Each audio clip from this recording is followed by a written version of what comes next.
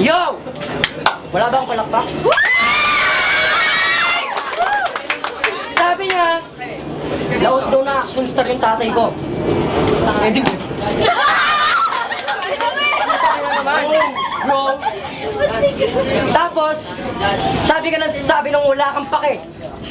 Putang ina mo, pabebe ka. Alam mo yung pabebe? Okay, ito na.